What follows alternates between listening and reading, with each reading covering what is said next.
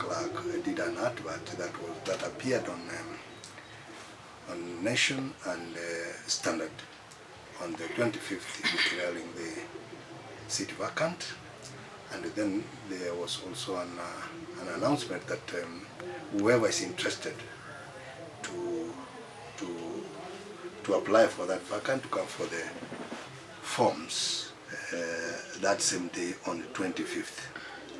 So we had put, let's say, 3 days, because it is from Friday, Saturday and Sunday. That was for the picking of the forms.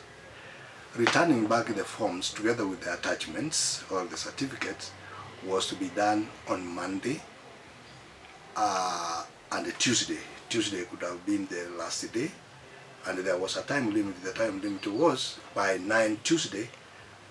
All candidates who wished to attend for that exercise ought to have returned the forms by 9/29th. So by 9 today, that is 29th of October 2024, so far awaiting the submission of those ones who have already submitted their forms. I'm informed it could be 4 or 5. By around 11, around 11 or 10:30, I could have the proper number, but basically it can't exceed 5. They were indicated. Let's say it could not exceed 5. So by that time, Masire, if you get time and be around that time, I could give you the proper number. Going forward is now we need to do the vetting. Once the vetting is done, then we'll shortlist, and only those ones who could have benefited and allowed to go are the ones that will attend the exercise. That is on Thursday 31st. Yes. Yeah.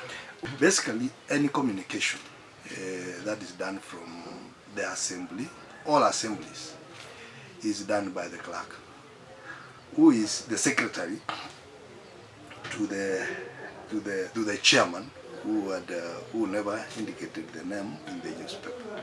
So, in short, what I'm saying is that was fake. Yeah. So the exercise is on, and we are ready for it. Yes.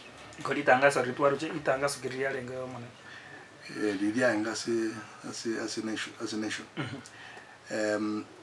Nation, if they can bear me out. Here to Karon Klinga.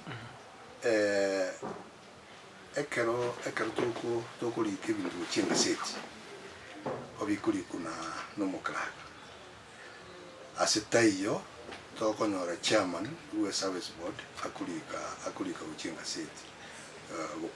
Was okay information the assembly. So information area ne yoko patosha wananchi